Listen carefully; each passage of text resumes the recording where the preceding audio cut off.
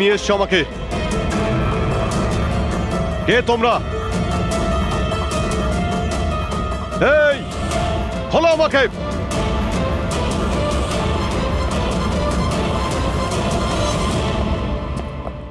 কে তোমরা? হ্যাঁ,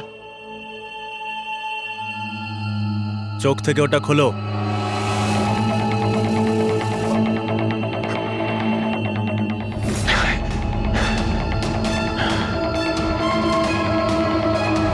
তোমরা জানো কাকে কিডন্যাপ করেছো? একজন সিআইডি অফিসারকে। অভিজিৎ, তুমি আর এখন কোনো সিআইডি অফিসার নও। Senior inspector Abhijeet CID duty থেকে সাসপেন্ড থাকবে। ভয় পেও না, আমাদের থেকে তোমার কোনো ভয় নেই। আমাদেরকে নিজের বন্ধু ভাবতে পারো।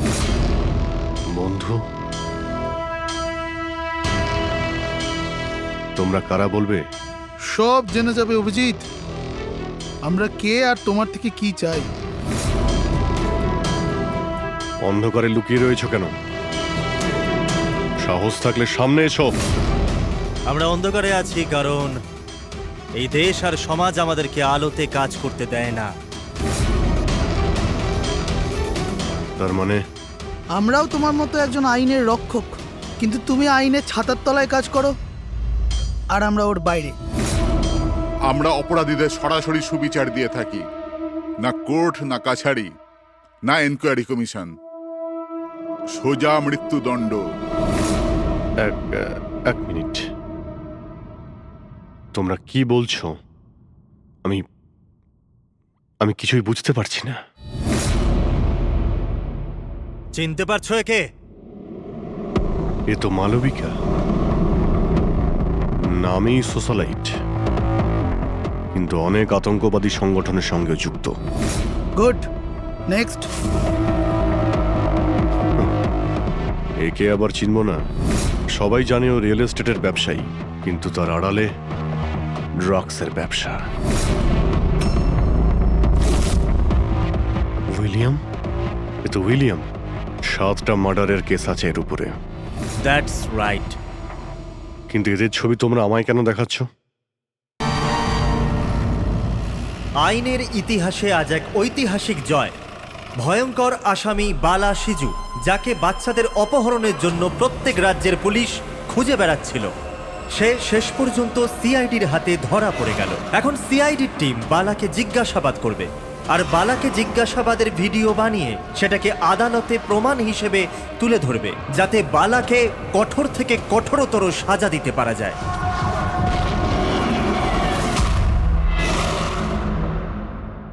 এক কাপ চা পাওয়া যাবে? ওই বাচ্চাগুলো কোথায় যাদের তুই বিক্রি করেছিস? আমি কোনো বাচ্চাকে বিক্রি করিনি। বাচ্চাটা দেশে আছে না বিদেশে আছে? আমার চাটা কোথায় গেল এসিপি স্যার? দেশে নাকি বিদেশে? চুপ! দেখ বালা, ওই বাচ্চাগুলোকে তাদের মা বাবার কাছে পৌঁছে দেবো, আমি কথা দিয়েছি।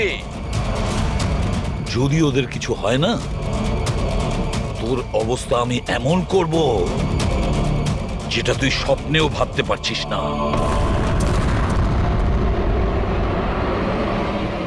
এসিপি স্যার আমাকে হুমকি দিচ্ছেন? তোর কপাল ভালো যে আমরা শুধু মুখে বলছি, কিন্তু যদি দয়া থাকতো। তো কি করতো? খুব বেশি হলে আমার জন্য এক কাপ চা নিয়ে আসতো।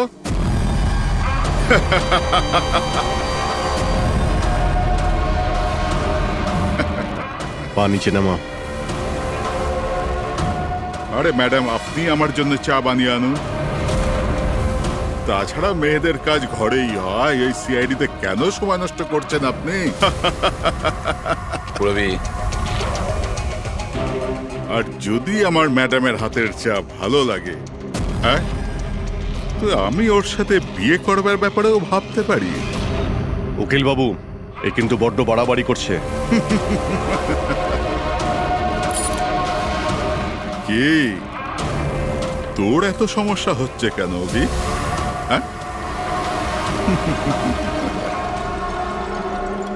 তোর এই ম্যাডামের সাথে কোনো চক্কর চলছে নাকি রে? এটা কি করলেন আপনি? আমার ক্লায়েন্টের উপর হাত তুললেন আপনি?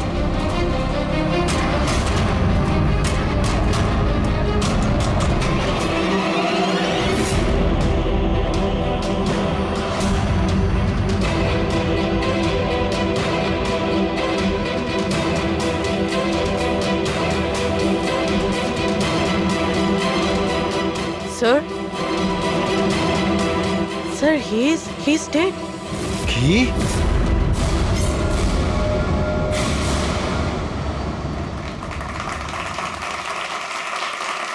Good evening ladies and gentleman and welcome to প্রশ্ন উত্তর। আমি আপনাদের হোস্ট অভয় কুমার আপনাদের স্বাগত জানাই। আজকের বিষয় একটা বিতর্ক যে আমাদের দেশের আইনের রক্ষাকর্তারা আইনের থেকেও কি বড়?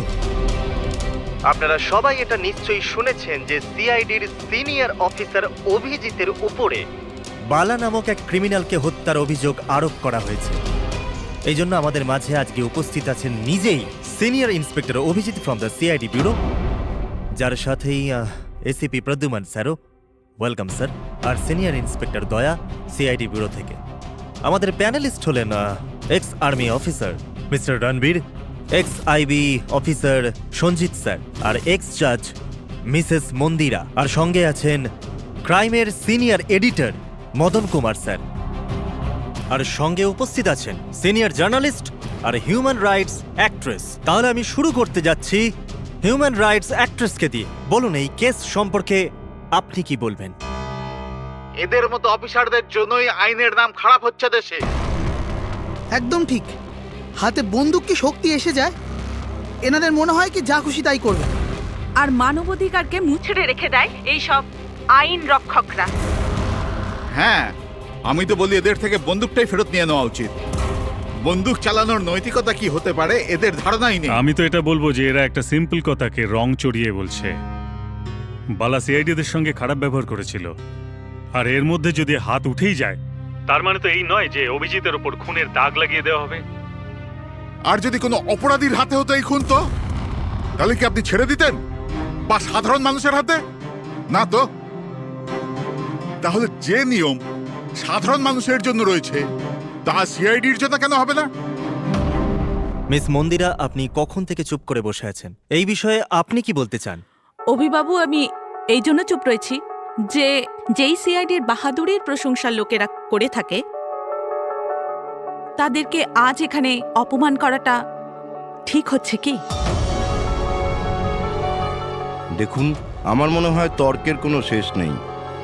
যে অভিজিৎ ঠিক না ভুল, এগুলো নিজস্ব ভাবনার উপর নির্ভর করে। এখন আমি কথা বলতে চাই এসিপি প্রদ্যুমান স্যারের সাথে, যার লম্বা কেরিয়ার দেশের প্রতি দায়িত্ব এবং কর্তব্যে পরিপূর্ণ। এই কেসেতে আপনি কার পক্ষ নেবেন? সিআইডির অভিজিৎ স্যারের নাকি আইনের পক্ষ নেবেন? দেখুন, আজ পর্যন্ত আমি বরাবর আইনকে সমর্থন করেছি, আর পরেও সমর্থন করব। আমি ন্যায়ের পক্ষেই। আর এ কথা বলার কাউকে আমি সুযোগ দেব না যে আইন সিআইডির জন্য একরকম আর সাধারণের জন্য অন্য রকম। যতক্ষণ না এনকোয়ারি কমিশনের ডিসিশন জানাচ্ছে ততক্ষণ senior inspector Abhijeet CID duty থেকে সাসপেন্ড থাকবে।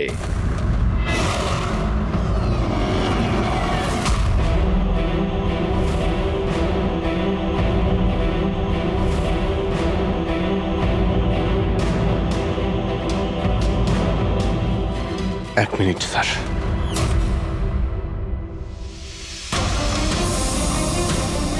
স্যার, আমার ব্যাপারে লোকেরা কি বলল তাতে আমার কিছুই যায় আসে না। এইমাত্র আপনার মুখ থেকে যা শুনলাম তাতে খুব কষ্ট হচ্ছে স্যার। যা কিছু হয়েছিল আপনার সামনেই হয়েছিল, আপনিও ওইখানে ছিলেন। আপনার বুকে হাত দিয়ে বলুন তো স্যার, আমি কি ইচ্ছে করে ওই লোকটাকে মেরেছি? আর যদি আপনার উত্তর হ্যাঁ হয়, তাহলে আমি আদালতের সিদ্ধান্ত শোনার আগেই নিজে গিয়ে ফাঁসি কাটে ঝুলে পড়ব স্যার। অভিজিৎ, রিল্যাক্স। না দয়া, অনেক হয়েছে।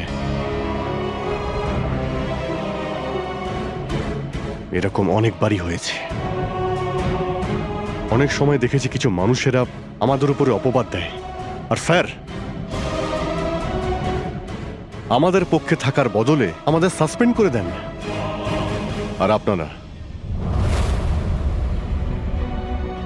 বড় বড় কথা বলছিলেন মানবাধিকারের। কি বলছিলেন আপনি? আমাদের হাত থেকে বন্দুক নিয়ে নেওয়া উচিত। আজ আপনারা বাড়িতে সুরক্ষিত হয়ে যে হোলি আর দীপাবলি কাটাতে পারেন, সেটা সেই কারণ আমাদের হাতে বন্দুক রয়েছে। সারা রাত ধরে আমরা জাগি যাতে আপনারা নিশ্চিন্তে ঘুমোতে পারেন। যখন অপরাধী এইখানে কপালে বন্দুক ঠেকায় না আর বুকে গুলি চালানোর জন্য হুমকি দেয়, ঠিক তখন আপনাকে এটা মনে করিয়ে দেওয়া হয় যে আপনি অপরাধীকে গুলি করতে পারবেন না, শুধু পায়ে গুলি করতে পারবেন। সেই দিন আমি আপনাদের কাছে হিউম্যান রাইটস আর মানবাধিকারের স্পেলিং জিজ্ঞাসা করব। সেই দিন। আজ আমি সবার সামনে জোর গলায় বলতে চাই, বালার মতো অপরাধীদের বেঁচে থাকার কোনো অধিকার নেই। এমনি তো আদালত তোকে ফাঁসিরই হুকুম দিত। আগে মারা গেছে বলে এত প্রশ্ন কিসের জন্য? এত বছর ধরে সিআইডি যদি আমার হাত বেঁধে না রাখতো, তাহলে এই অপরাধীদের অনেকদিন আগেই আমি শায়েস্তা করে দিতাম। আর এমনিতেও এমন আইন থেকে কি লাভ যা অপরাধীদের শাস্তি দিতে পারে না? আর সেই আইন আমায় কি সাসপেন্ড করবে? আমি নিজেই আইনকে সাসপেন্ড করছি।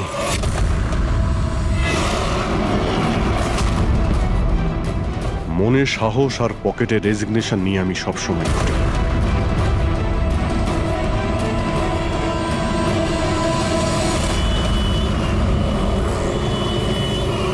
আরে ভাই, আমরা তো হলাম বন্ধু। কি চাই বলো তোমার? এই আমার বন্ধুর জন্য সব নিয়ে এসো আজকে, তুমি আর আমি মিলে। এই চল চল। অভিজিৎ, কি হয়েছে কি তোমার? কোন জায়গায় বসে আছো তুমি? আর কি ধরনের লোক আছে সাথে? চলো ওঠো ওঠো, চলো বাড়ি চলো। কোথায় যাব? সিআইডি ব্যুরোই তো আমার বাড়ি ছিল, আর ওখানে যাওয়ার আমার পারমিশন নেই। স্যার সব ঠিক হয়ে যাবে, আপনি এখান থেকে চলুন। সব ঠিক হয়ে যাবে? এর থেকে আর কি ঠিক হবে? আর এখন আমি সিআইডি অফিসার নই।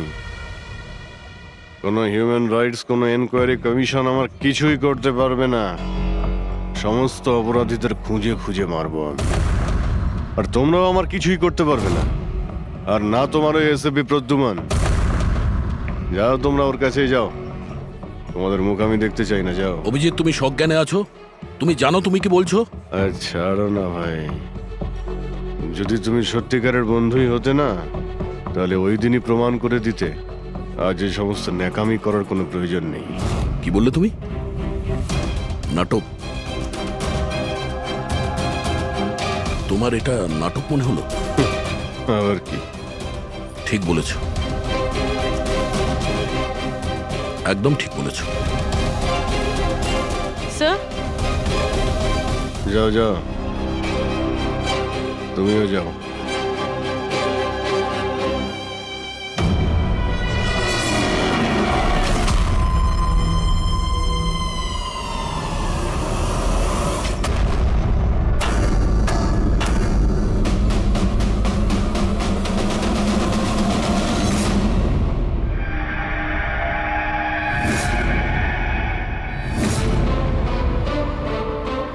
এই, কে এখানে? আমার চোখ কেন বেঁধে রেখেছো? বলো আমাকে, কোথায় নিয়ে এসছো আমাকে? কে তোমরা? এই, খোলো আমাকে।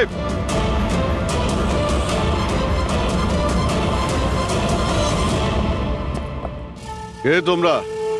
হ্যাঁ, চোখ থেকে ওটা খোলো।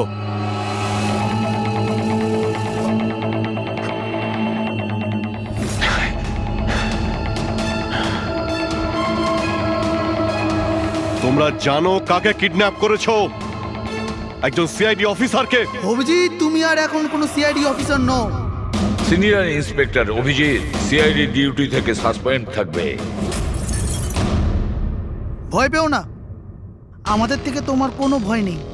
আমাদেরকে নিজের বন্ধু ভাবতে পারো। বন্ধু? তোমরা কারা বলবে? সব জেনে যাবে অভিজিৎ, আমরা কে আর তোমার থেকে কি চাই। অন্ধকারে লুকিয়ে রয়েছো কেন? সাহস থাকলে সামনে এসো। আমরা অন্ধকারে আছি কারণ এই দেশ আর সমাজ আমাদেরকে আলোতে কাজ করতে দেয় না। তার মানে আমরাও তোমার মতো একজন আইনের রক্ষক, কিন্তু তুমি আইনের ছাতার তলায় কাজ করো আর আমরা ওর বাইরে। আমরা অপরাধীদের সরাসরি সুবিচার দিয়ে থাকি, না কোর্ট, না কাছারি, না এনকোয়ারি কমিশন, সোজা মৃত্যুদণ্ড। এক মিনিট, তোমরা কি বলছো? আমি কিছুই বুঝতে পারছি না। চিনতে পারছো একে? এ তো মালবিকা, নামেই সোশ্যালাইট, কিন্তু অনেক আতঙ্কবাদী সংগঠনের সঙ্গে যুক্ত। Good, next. একে আবার চিনব না? সবাই জানে ও রিয়েল এস্টেটের ব্যবসায়ী, কিন্তু তার আড়ালে ড্রাগসের ব্যবসা। উইলিয়াম? এ তো উইলিয়াম। 7টা মার্ডারের কেস আছে এর উপরে। That's right. কিন্তু এদের ছবি তোমরা আমায় কেন দেখাচ্ছ? আমার কাছে কি চাইছো? বলবো, প্রথমে তুমি এটা বলো যে যদি তুমি এটা জানতে পারো যে এই অপরাধীদের আইন কখনোই সাজা দিতে পারবে না, তখন তুমি কি করবে? যদি এরা কখনো শাস্তি না পায় তো?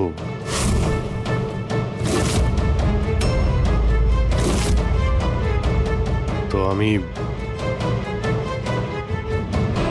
আমি এদের নিজেই মারব। আর এমনিতেও কোনো অপরাধীদের বেঁচে থাকার কোনো অধিকার নেই।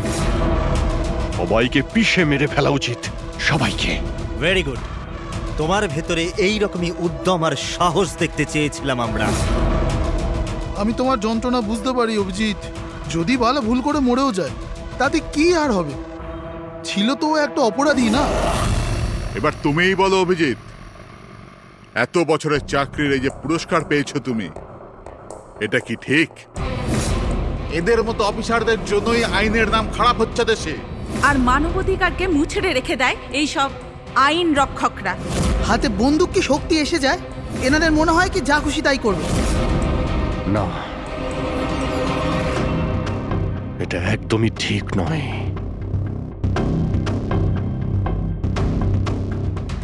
শুধু আমিই জানি সবার সামনে এইভাবে অপমানিত হতে ঠিক কেমন লাগে, কতটা যন্ত্রণা হচ্ছে আমার। আমরা বুঝতে পারছি অভিজিৎ, এই জন্যই তো তোমার দিকে বন্ধুত্বের হাত বাড়াতে চাই। আমাদের গ্যাংয়ের কাজ হলো এই অপরাধীদের শাস্তি দেওয়া, যাদেরকে আদালত খোলা ছেড়ে দিয়েছে। হাত মেলাবে আমাদের গ্যাংয়ের সাথে? এত কি ভাবছো অভিজিৎ? আমাদের সঙ্গে থাকবে নাকি ওই সিস্টেমের সাথে, যে অজান্তে হওয়া একটা ঘটনার জন্য তোমাকে শাস্তি দিয়েছে? আমি জানি না যে তোমরা কারা,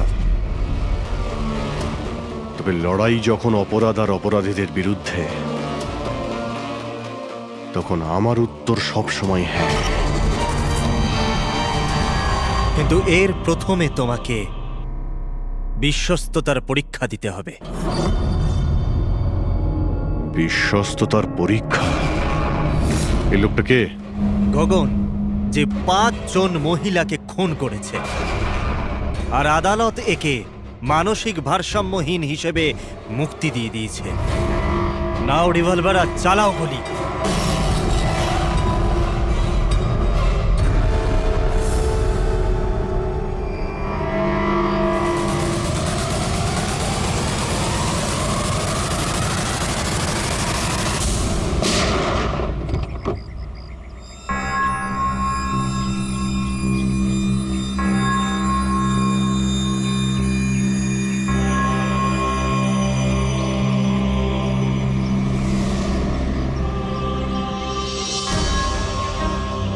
আমাদের ফোনের অপেক্ষা করবেন।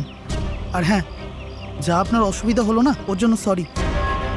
আর একটা কথা মাথায় রাখবেন, ফোন সবসময় নিজের সাথে রাখবেন, যদি বাথরুম যেতে হয় তবেও।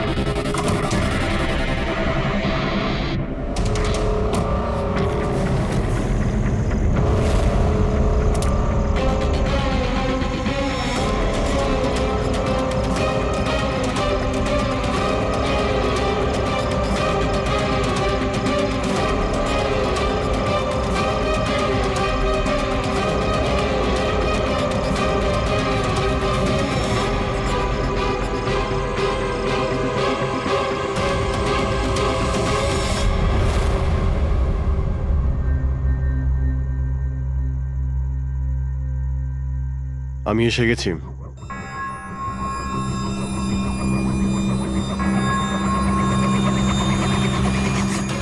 আমাদের সন্দেহই ঠিক। মানে যে গল্পটা আমরা ফেঁদেছিলাম সেটা বিশ্বাস করেছে ওরা। এটা তো হওয়ারই ছিল। যে জালে ওরা ফেসেছে সেটার প্ল্যান আমরা 1 মাস আগেই করেছিলাম। তবে স্যার, এত নামী অপরাধীদের একের পর এক খুন হওয়া, এটা কোনো কোইন্সিডেন্স হতে পারে না। স্যার, এই সমস্ত অপরাধীদের নতুন শত্রু কে এসছে? সেটাই তো আমি ভাবছি দয়া। এই 5 জনের একটা শত্রু থাকবে সেটা সম্ভব নয়। কিন্তু স্যার, আলাদা আলাদা থাকলে তারা একসাথে হামলা করলো কিভাবে? পুরোপুরি লোকগুলো আলাদা হতে পারে, কিন্তু গ্যাং একটাই, মোটিভও একটাই, খারাপ মানুষগুলোকে শেষ করা। কিন্তু আইনকে নিজের হাতে নিয়ে আলাদা আলাদা শহরে আলাদা আলাদা সময় খুন করা, এত লম্বা প্ল্যানিং কেউ একা করতে পারবে না। একদম ঠিক বলছো অভিজিৎ। মনে হয় তুমি কিছু পেয়েছো। হ্যাঁ হ্যাঁ বস। কি বস, এটা একজন খুনির কাজ নয়, কারণ বেশিরভাগ ক্ষেত্রে একজন খুনির খুন করার পদ্ধতিটা নিজেদের পছন্দ মতো, কিন্তু এক্ষেত্রে সেটা হয়নি। এই দেখো, একে গুলি করা হয়েছে, গুলি অনেক দূর থেকে করা হয়েছে, কিন্তু সেটা সোজা এসে হার্টে বিঁধেছে, 1 ইঞ্চিও এদিক ওদিক নয়। আর একটা, একে মার্শাল আর্টের একটা বিশেষ পদ্ধতি দিয়ে মারা হয়েছে, খুবই বিপজ্জনক, একটা আঘাতেই শেষ। আর এই তৃতীয় মার্ডার, এই তৃতীয় ব্যক্তিকে বিষ দিয়ে হত্যা করা হয়েছে। একটা ছুঁচলো জিনিস দিয়ে বিষটা ইনজেক্ট করা হয়েছে সোজা আর্টারিতে। বিষটা খুব তাড়াতাড়ি রক্তে মিশেছে আর স্পট ডেড। তাহলে তৃতীয় মার্ডারটাও কোনো এক্সপার্টই করেছে স্যার? হ্যাঁ অভিজিৎ, প্রথম শার্প শুটার, দ্বিতীয় মার্শাল এক্সপার্ট, আর তৃতীয় জন খুব ভালো করে ইঞ্জেকশন দিতে জানে। তারা যারাই হোক, মানুষকে বিশেষভাবে মারার প্রশিক্ষণ প্রাপ্ত এরা, যেমন কোন স্পেশাল এজেন্ট। আর হতে পারে এই গ্যাংয়ে এই ধরনের চিন্তা ভাবনা করার মতো আরো লোক আছে, যারা এই সমাজ থেকে অপরাধীদের সরিয়ে দিতে চায়। স্যার, যদি ওরা এত এক্সপার্ট হয়ে থাকে, তাহলে না ওরা কোনো প্রমাণ রাখবে, না কোনো সূত্র। ওদেরকে ধরবো কিভাবে? লোহাই লোহাকে কাটতে পারে পুরবী। এদের গ্যাংকে ধরার একটাই রাস্তা আছে, বালার মৃত্যুর নাটক। সবকিছু প্ল্যান অনুযায়ী হচ্ছিল স্যার। তারপরে ওরা আমাকে ট্রিগার প্রেস করে একটা লোককে মেরে ফেলতে বলে। আর তুমি ট্রিগারে চাপ দিয়েছিলে? Yes sir. ট্রিগারে চাপ দিয়েছিলে? Yes sir. এসব কি হচ্ছে? হ্যাঁ, বলেছিলাম না আমরা তোমার পরীক্ষা নেওয়া হবে, এটা দেখার জন্য যে তুমি এই কাজটাকে পরিণতি দিতে পারবে নাকি। আমায় কাকে মারতে হবে? এমন একজন মানুষ যে মানুষ বলার যোগ্যতা হারিয়েছে, দেশের উত্তরের রাজ্যগুলোতে ড্রাগসের ব্যবসা করে, আর জানি না এর জন্য কত যুবক নিজের জীবন বরবাদ করে দিয়েছে। তার নাম? নিজেকেও অনেক বড় বিজনেসম্যান মনে করে, কিন্তু ড্রাগ ডিলিং করাই হলো ওর আসল কাজ। একবার যদিও শহরে ফিরে আসে, ব্যাস তারপরে ওর কাজ শেষ। নাম? নামে কি এসে যায়? গুলি মারবার ঠিক 1 ঘন্টা আগে তোমাকে বলে দেওয়া হবে যে কবে আর কোথায় গুলি চালাতে হবে। ট্রিগার কি করে টিপে দিলে? ওর যদি কিছু হয়ে যেত, মারা যেত তো? না দয়া, কিছুই হতো না। ওই বন্দুকটা হাতে নিয়ে আমি বুঝতে পেরেছিলাম ওই বন্দুকের মধ্যে কোনো গুলি ছিল না। অভিজিৎ, ওদের সাথে এমন ভাবে মিশে যাও যেন তোমাকে সন্দেহ না করতে পারে। এটাই হলো রাস্তা ওদের কাছে পৌঁছানোর। কিন্তু ওরা বড় ধরনের কিছু করে ফেলার আগে যদি আমরা ওদের আড্ডাতে পৌঁছে যাই ওদের গ্রেপ্তার করার জন্য। কিন্তু ওদের আড্ডায় পৌঁছাবো কি করে? তোমার চোখে তো পট্টি বাঁধা থাকে। চোখ বাঁধা ছিল, কিন্তু দয়া, ওদের আড্ডা থেকে বাড়ি পৌঁছানো পর্যন্ত আমি রাস্তাগুলো ভালো করে ফিল করেছি। আর যা কিছু আমার মনে হয়েছিল সব পেন ড্রাইভে রেকর্ড করেছি। এগুলো আমার জামা কাপড় আর জুতো। যদি এর থেকে কিছু সাহায্য পাওয়া যায় ওদের আড্ডায় পৌঁছানোর জন্য। স্যার, যা করতে হবে তাড়াতাড়ি করতে হবে। যে কোনো সময় আমার কাছে ফোন আসতে পারে ওই ড্রাগ ডিলারকে মারার জন্য। আর আমি এই ধরনের কাজ করতে চাই না যার পারমিশন আইন আমাকে দেয় না। যতক্ষণ আইন না বলছে আমরা কাউকে মেরে ফেলতে পারি না, সে কোনো বড় অপরাধী হলেও।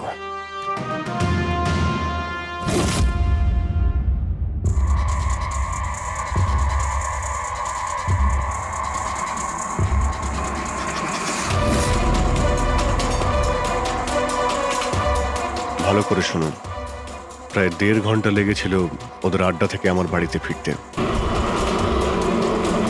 গাড়ির স্পিড 60-এর উপরে যায়নি। 15 মিনিট গাড়ি ট্রাফিক জ্যামে আটকে ছিল। 10-15, আর ঠিক ওই সময় কাউকে শ্মশানে নিয়ে যাওয়া হচ্ছিল। আর হ্যাঁ, যখন আমি আড্ডা থেকে বেরিয়েছিলাম তখন ওখানে কোনো মন্দিরে আরতি হচ্ছিল যা মাইকে বাজছিল।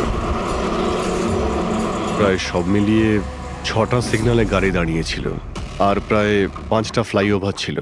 প্রত্যেকটা ফ্লাইওভার ক্রস করতে 40 থেকে 50 সেকেন্ড লেগেছিল। রেলওয়ে স্টেশন, একটা ফ্লাইওভারের নিচে রেলওয়ে স্টেশন ছিল যেখানে ট্রেনের অ্যানাউন্সমেন্ট হচ্ছিল। স্যার। হ্যাঁ বলো। এই দেখুন স্যার, এই দেখুন, অনিকেত কুমার স্যার। সিবিআই 2 দিন আগেই ওর সঙ্গে কথাবার্তা বলেছে। স্যার, দেশে অনেক জায়গায় ও ড্রাগসের ব্যবসা করে। এখন কোথায়? ফ্রেডি স্যার দেখছেন স্যার। স্যার, এটা প্যাডি, ধান। ও ধান। ওই যে তুমি অভিজিতের জামা থেকে যে সুতোটা এনেছিলে সেইটা একটা বস্তা সুতো, পাটের বস্তা। তাহলে ধান আর পাটের সুতো, তার মানে হচ্ছে এটা কোনো গোডাউন, কোনো একটা গোডাউনকে আস্তানা বানিয়েছিল ওরা। এমন একটা গোডাউন যেখানে সবজি বিক্রি হয় অথবা কোনো ধানের কল। স্যার, স্যার এই রুটটা নিয়েছে এরা। রুটটা সেই রকমই যেরকম অভিজিৎ স্যার বলেছে। আমার মনে হয় এটাই। গুড জব পুরবি। হ্যাঁ ডক্টর সালুকে। কি অভিজিৎকে আনাজের গুদামে রাখা হয়েছিল? অনিকেত আজকে সকালেই গ্রিস থেকে ফিরেছে, এখনো অব্দি অফিসেও যায়নি। আচ্ছা, গ্যাং থেকে ফোন আসবে অভিজিতের কাছে। আসবে ফোন।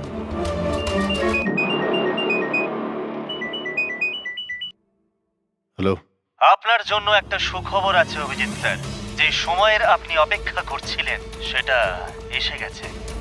আজকের এই শুভ দিনে এক অপরাধী শাস্তি পাবে। ঠিক 1.5 ঘন্টা পরে একটা কালো রঙের গাড়ি আসবে আপনার কাছে, আর বলে দেওয়া হবে আপনি কার ওপর আর কখন গুলি চালাবেন। হ্যাঁ, কিন্তু রাইফেল কোনটা? তাতে কি যায় আসে রাইফেল কোনটা? আপনাকে তো সিআইডি ট্রেনিং এ সব ধরনের ট্রেনিং দেওয়া হয়েছে তাই না? হ্যাঁ, আমাকে সব ধরনের ট্রেনিং দেওয়া হয়েছে, কিন্তু আমার কাছে একটাই চান্স গুলি চালানোর। যদি আমি জানতে পারি বন্দুকটা কোন ধরনের, তো একটু সহজ হবে। RS 451। ওকে, RS 451।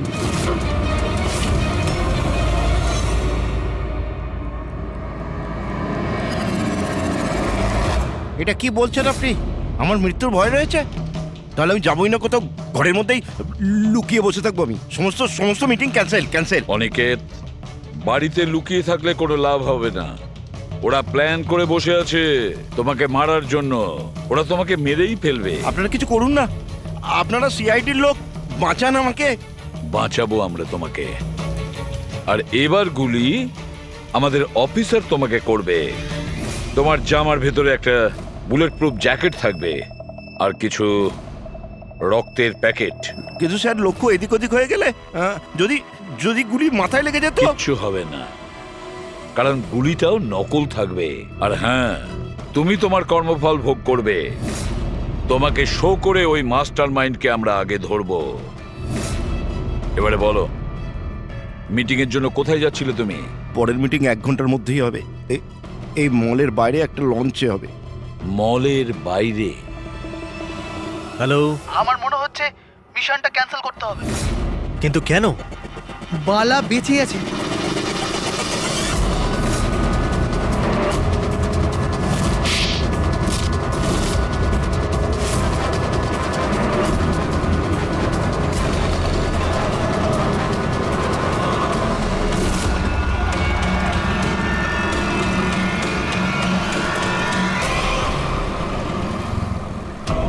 খুব বড় বিশ্বাসঘাতকতা হয়েছে আমাদের সাথে। অভিজিতের হাতে কেউ খুন হয়নি।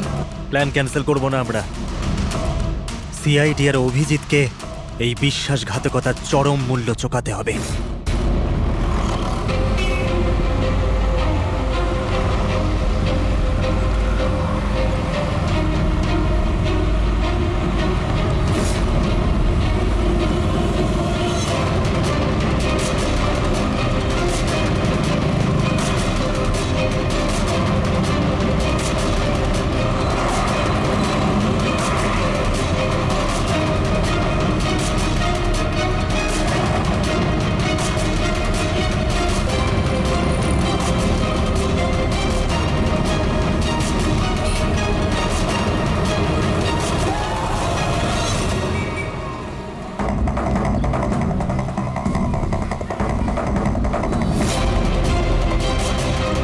এখানে ওই লোকটা আসতে চলেছে।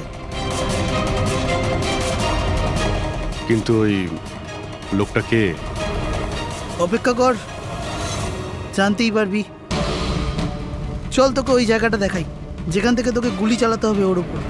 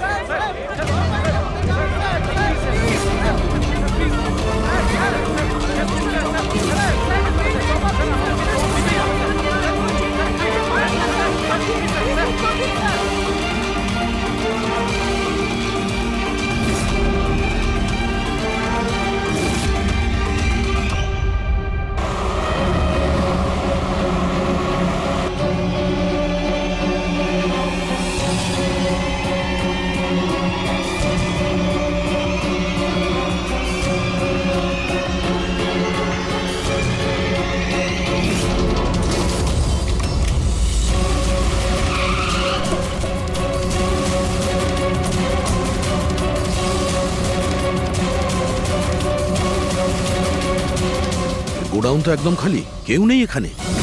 হ্যাঁ স্যার, এটা তো সেই গুদাম নয় যেটা আমরা খুঁজছি। ও দাদা ভাই, কে আপনারা? কি চাই? তুমি এখানে কাজ করো? ইয়েস। এই গোডাউন কেউ ব্যবহার করছিল কি? না তো, গত 2 বছর ধরে বন্ধ পড়ে আছে। এই গোডাউনটা আমার বস বিক্রি করতে চায়, তা আপনি কি কিনবেন? যদি এটা ওই গোডাউন না হয় তাহলে কোন গোডাউনটা?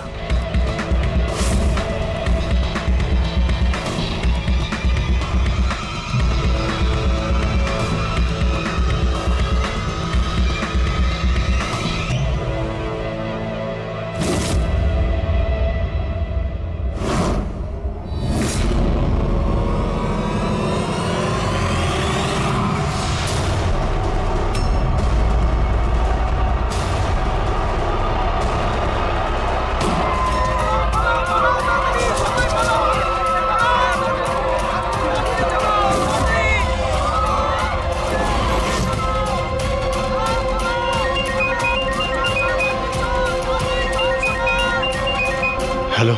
অভিনন্দন অভিজিৎ, তোমার সাফল্যের জন্য। Aniket is finished. এবার দেখা করে অভিনন্দন জানাবো তোমাকে। ঠিক আছে, আসছি আমি।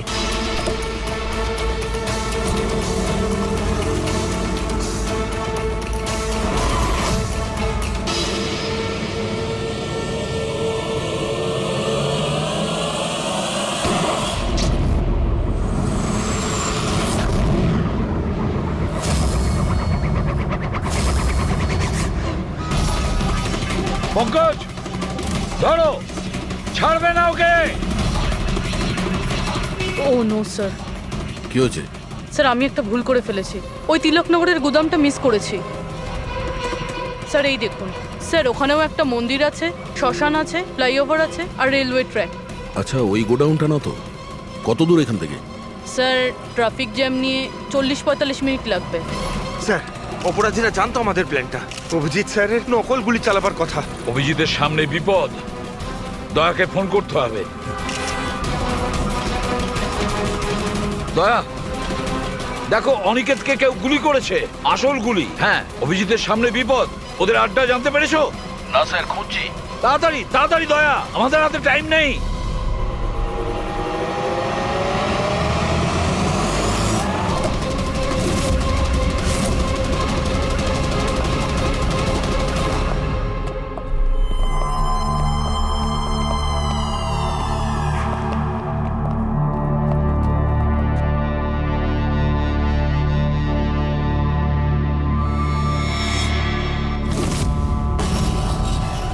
অনেক অনেক অভিনন্দন তোমাকে। Well done. অনিকেতের মৃত্যুর খবর প্রত্যেকটা নিউজ চ্যানেলে দেখাচ্ছে, আর এখন তুমি আমাদের বিশ্বাস জিতে নিয়েছো। এই জন্য এখন অন্ধকার থেকে আলোতে এসে তোমার সাথে নিজেদের পরিচয় করাবো।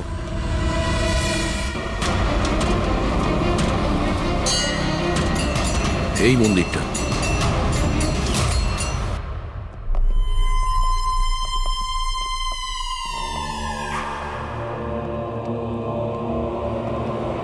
আমাদের প্যানেলিস্ট হলেন ex IB officer Sanjit sir, আর এক্স জাজ Mrs Mandira, ex army officer Mr Ranbir. ও, তো আপনারা? হ্যাঁ, আমরা। কেন চমকে গেলেন নাকি আমাদের দেখে? ভুলে গেলেন সেই দিনটা যখন শুধু আমি সমর্থন করেছিলাম আপনাকে?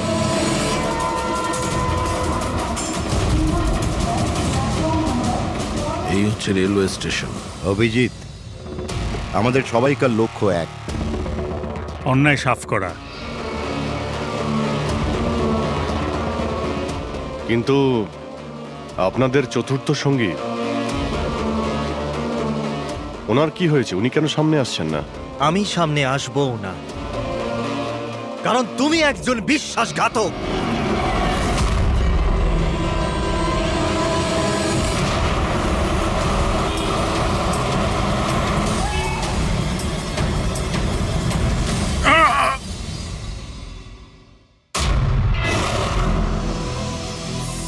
বালা বেঁচে আছে? হ্যাঁ, এ বেঁচে আছে, কারণ এই সব কিছু সিআইডির প্ল্যান মাফিক কাজ ছিল, আমাদের ফাঁসানোর জন্য। আর এই হচ্ছে শ্মশান ঘাট। আর অনিকেত? সেও নিশ্চয়ই জীবিত আছে। নিশ্চয়ই এই অভিজিৎকে নকল গুলি মেরেছে। অভিজিৎ, এই বেইমানির জন্য একটাই সাজা, শুধু মৃত্যু, শুধুই মৃত্যু। তুমি আর বালা দুজনেই মরবে, দুজনেই। আর তোকে আমরা মারবো না, তোকে এ মারবে। আমি কেন? কেননা একজন বাহাদুর এবং সৎ ইন্সপেক্টরকে মারা আমাদের নীতির বিরুদ্ধে। চল তুই মার, নইলে আমরা তোকে মারবো। ও তো আপনারা এমনিই মারবেন। না, আমরা তোমাকে আর একটা সুযোগ দেব। চালাও গুলি। নেবালা, পিস্তল নে। এই নে।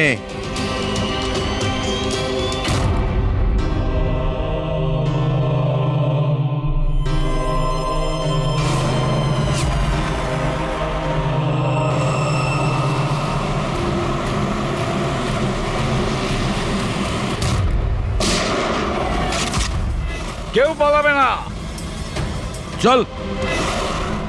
আমি আপনাদের হোস্ট অভয় কুমার। আমরা যা করেছি তাতে আমাদের কোনো আফসোস নেই। আমরা তো দেশের জন্য কিছু করতে চেয়েছিলাম, যেরকম আপনারা করে থাকেন। দেশের জন্য কিছু করা তো গর্বের বিষয়, কিন্তু তোমরা যে পথ বেছে নিয়েছো সেটা ভুল পথ, আইনের বিরুদ্ধে। তাহলে আইনই বা কোথায় 100% পারফেক্ট? এটা তো সেই আইনই যেটা থাকা সত্ত্বেও এত অপরাধী সমাজে মুক্ত হয়ে ঘুরছে। ওই অনিকেতকেও আপনি বাঁচিয়ে নিয়েছেন, তাই না? হ্যাঁ, অনিকেতকে আমরাই বাঁচিয়েছি, শুধু গুলি থেকে, আইন থেকে নয়, বুঝেছেন? আর যদি পারফেকশনের কথাই বলেন তো 100% পারফেক্ট কিছুই হয় না, সেটা করতে হয়। আপনাদের এই চিন্তা ভাবনা কি পারফেক্ট? এর কোন গ্যারান্টি আছে যে এই সব কিছু করার সময় তোমরা শুধু অপরাধীদেরই মেরেছ, নির্দোষ কাউকে নয়? আর সেই আদালতের কাছে নিজের অভিযোগ জানিও, সেই আদালতকে যাকে তোমরা অশ্রদ্ধা করতে, আর সেই আদালতই তোমাদেরকে সংশোধন করবে। তারপরেই তোমরা বুঝবে যে দেশের আইনের মর্যাদা কিভাবে দিতে হয়। কেসটা খুবই জটিল ছিল স্যার। হ্যাঁ, আবার অপরাধীও ধরা পড়েছে। আরো একটা কেস ক্লোজ। তোমরা কি বাড়ি যাবে না নাকি? কিন্তু এখনো একজন অপরাধীকে ধরতে বাকি আছে। কি দয়া? Hello CID. কে আপনারা? কি চাই এখানে? আমি বিক্রম, ক্রাইম টিম থেকে। আমাকে এখানকার তল্লাশি নিতে হবে। এই হলো সার্চ ওয়ারেন্ট। তল্লাশি?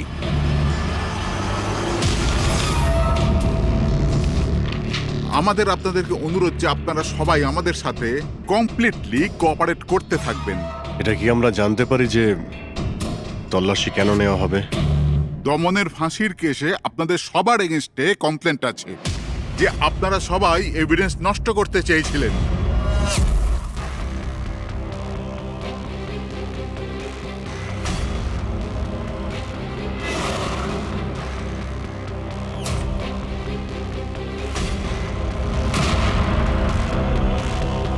তল্লাশি শুরু করো। আপনাদের সবার ফোন রেকর্ড চেক করা হচ্ছে, আর আপনাদের সবার উপরে কড়া নজর থাকবে।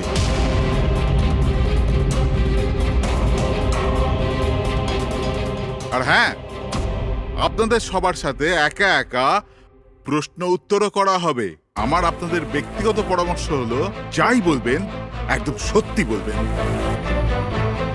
এটাই সিআইডির ভবিষ্যৎ তৈরি করবে। এই, আমরা সিআইডির কোনো গ্যাসের বেলুন নয়। আর তুমি কে আমাদের ফিউচার ঠিক করার? হ্যাঁ, সিআইডির অস্তিত্ব সত্যের উপরে দাঁড়িয়ে রয়েছে, মিথ্যের উপরে নয়। হ্যাঁ, আমি জানি আপনারা সিআইডির লোক, জানি আমি।